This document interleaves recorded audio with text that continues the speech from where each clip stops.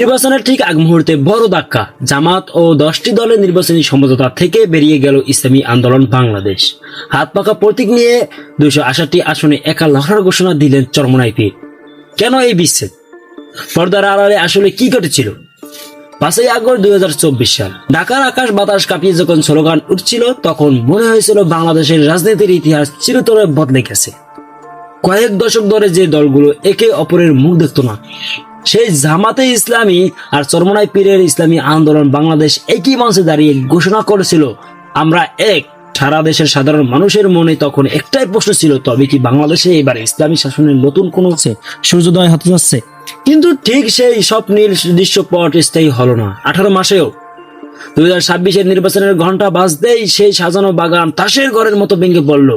যে পীর সাহেব জামাত আমিরের কাঁধে হাত রেখে ইনসাফের শপথ নিয়েছিলেন, সেই পীর সাহেবই আজ ঘোষণা করলেন, আমরা 268টি আসনে একাই লড়ব। অন্যদিকে জামাতও পিছিয়ে নেই, তারা গঠন করলো নিজস্ব 10টি দলীয় জোট। কেন একা হওয়া হলো না? পর্দার আড়ালে কি তবে বড় কোনো শক্তির হাত ছিল?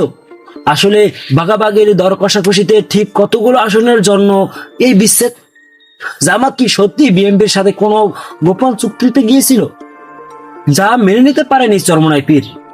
আর সবচেয়ে বড় প্রশ্ন, এই ভোটের লড়াইয়ে ইসলামপন্থীদের ভোট কি তবে 3 ভাগে ভাগ হয়ে যাচ্ছে, যার চূড়ান্ত লাভ তুলবে অন্য কেউ?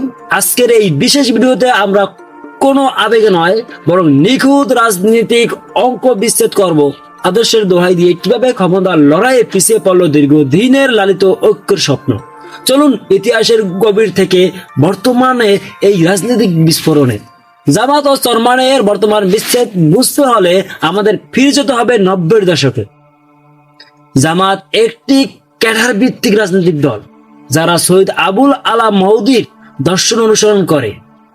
অন্যদিকে চরমোনাই পীরের দল ইসলামী আন্দোলন বাংলাদেশ টুপি ঘরানার এবং দেওবন্দি আকীদা ভিত্তিক।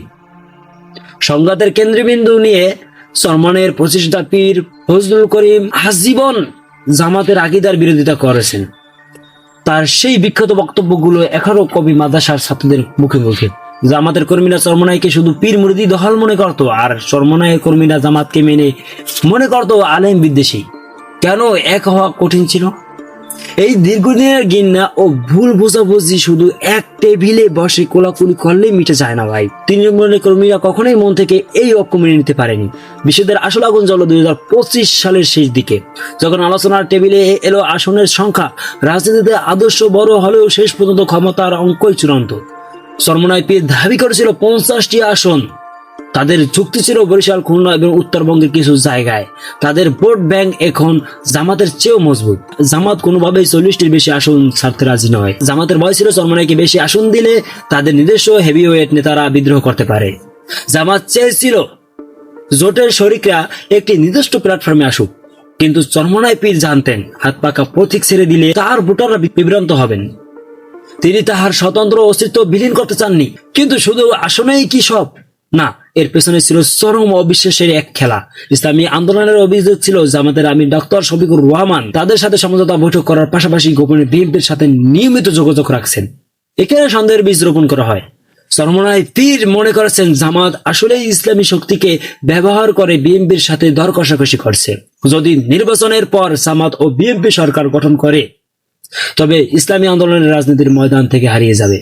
এই ভয় থেকে চরমোনাই পীর সিদ্ধান্ত নেন কারো লেজের ভিত্তি নয়, বরং এককভাবে 268টি আসনে প্রার্থী দিয়ে নিজেদের প্রকৃত শক্তি জানান দেবে। বাংলাদেশের রাজনীতিতে কখনোই শুধু দেশীয় শক্তি শেষ কথা বলে না, পার্শ্ববর্তী দেশ এবং পশ্চিমা শক্তির প্রভাব এখানে বিশাল। একটি বিশাল ইসলামী মোর্চা বা ইসলামিক গোলক তৈরি হওয়া মানেই আন্তর্জাতিক মহলের জন্য ভয়ের কারণ। এই জোট ভাঙ্গার পেছনে কি কোনো গোয়েন্দা সংস্থা বা বিদেশি শক্তির প্রভাব ছিল? জামাত ও চরমোনাইয়ের আলাদা লড়াই কি কোনো নিজস্ব পক্ষকে সুবিধা দিচ্ছে? ভোট ভাগ হয়ে যাওয়া মানেই হলো বৃহৎ দলগুলোর জন্য জয়ী হওয়া সহজ হয়ে যাওয়া। 2026-এর নির্বাচনে এখন দোরগোড়ায় জামাত লড়ছে তাদের 10টি দলীয় জোট নিয়ে, আর চরমোনাই পীর লড়ছেন এককভাবে হাত পাকা নিয়ে। এই বিভক্তি কি ইসলামী রাজনীতির জন্য আত্মঘাতী হবে? ভোট ভাগ হওয়ার কারণে অনেক নিশ্চিত আসনে ইসলামপন্থীরা হেরে যেতে পারে। নির্বাচনের পর কি তারা আবার এক হবে? ইতিহাস সাক্ষী ও অনৈক্য কখনোই বিজয় আনে না। তবে ক্ষমতার এই ধাবার চালে শেষ হাসি কে হাসবে? তা দেখার জন্য আমাদের অপেক্ষা করতেই হবে নির্বাচনের দিন পর্যন্ত। প্রিয় দর্শক, আপনাদের মতামত অবশ্যই আমার ভিডিওতে জানাবেন। আজকে ভিডিওটি এখান থেকে সমাপ্ত করলাম। ভালো থাকবেন।